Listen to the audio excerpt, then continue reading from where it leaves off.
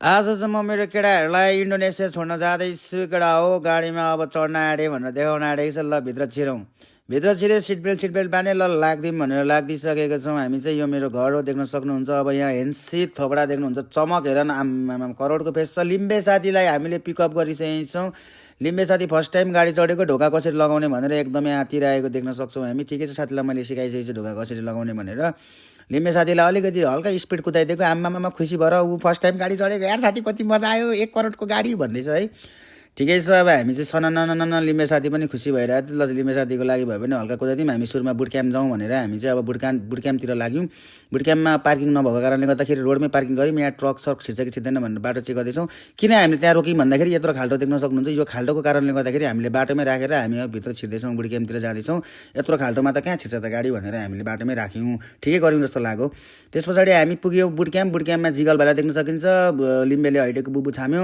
त्यस पछाडि लिम्बे हामी यति छौँ। स्लिपी र स्काई नो फेयर चाहिँ उतैबाट डाइरेक्ट एयरपोर्ट आउने भएको कारणले गर्दाखेरि हामी सटल केटा हो छिटो प्याक गर भने जिगललाई जितिन्छ नि भनेको। स्योर जितिन्छ दाइ, फर्स्ट सेकेन्ड थर्डमा त स्योर हो भन्दैछ। ल ठिकै छ भाइ, राम्रो गर्नुपर्छ, यत्रो फ्यान्सहरूले यत्रो सपोर्ट गरिरहेको छ भनेको। कोचलाई पनि मैले एकदमै राम्रोसँग है कोच बिस्तारै मजाले के गल्ती भएको छ भनेको, हुन्छ दाइ केही छैन, चिलो जितिन्छ, 100% जितिन्छ भनेर भनिरहेको छ उसले। त्यस पछाडि हामी एयरपोर्टतिर लाग्यौँ। एयरपोर्टमा पुग्ने बित्तिकै एकदमै ठुलो पानी पऱ्यो। पानी परेर रनमती अगाडिको सिसा झन्डै फुटायो। इन्सुरेन्स छ, ठिकै छ, बाले भएन कि नयाँ गाडी हो।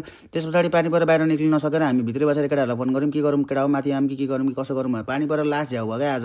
हेर न यत्रो पानी पऱ्यो, रनमती सर पानी परेर जसरी भिजेर पार्किङमा राखेर हुस्लिबी भाइ एकदम मस्किरहेको छ बहिनीहरूसँग। एयरपोर्ट त छिरियो मजाले भिज्दै भाइहरू अब विदेशमा नाटेको भाइहरूलाई अब भाइहरू पुऱ्याउन आएको भाइहरूलाई पनि फोटोसोटो खिच्यो, किनभने फोटो खिचेन भने त रिसाइहाल्छ एकदम भाइहरू एकदम रिसाउँछन्। त्यस पछाडि केटाहरूसँग कुरा भयो, फोटोसोटो खिच्यो।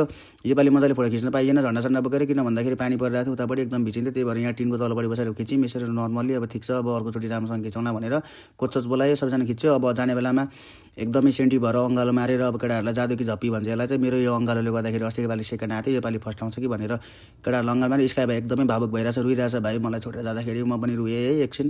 त्यस पछाडि अब स्लिपीसँग पनि अँगालो मारेँ मैले। स्लिपी पछाडि 3जना बहिनी, 3जना केटाहरूको गर्लफ्रेन्ड हो है, बहिनीहरू बुहारीहरू। त्यस पछाडि कोचलाई पनि अँगालो मारेँ मैले।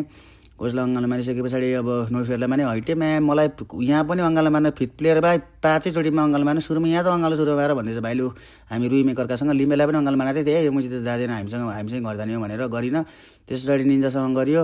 निन्जा योपाल जान पाएन, वाच पार्टी गर्छ अरे, त्यही पनि ठिकै छ। ल तालीसाली पड्काइयो, ल केटाहरू छिर ल भनेर उनीहरूलाई ढिलो भइसक्यो थियो। मजाले छिर। म 2जना महावीर पुनहरू देख्न सक्नुहुन्छ तपाईँहरू, क्यापस्याप लगाएर सेम महावीर पुनको फ्यानहरू हो केटाहरू चाहिँ। ल सबजना गयो, अब बेस्ट अफ लक, राम्रोसँग गरौँ केटाहरूले, एकदमै बबाल तरिकाले खेलौँ है त। ल त्यसरी नै फेरि सुबाडी चबाउँदै घरतिर फर्कियो हामी चाहिँ। By by.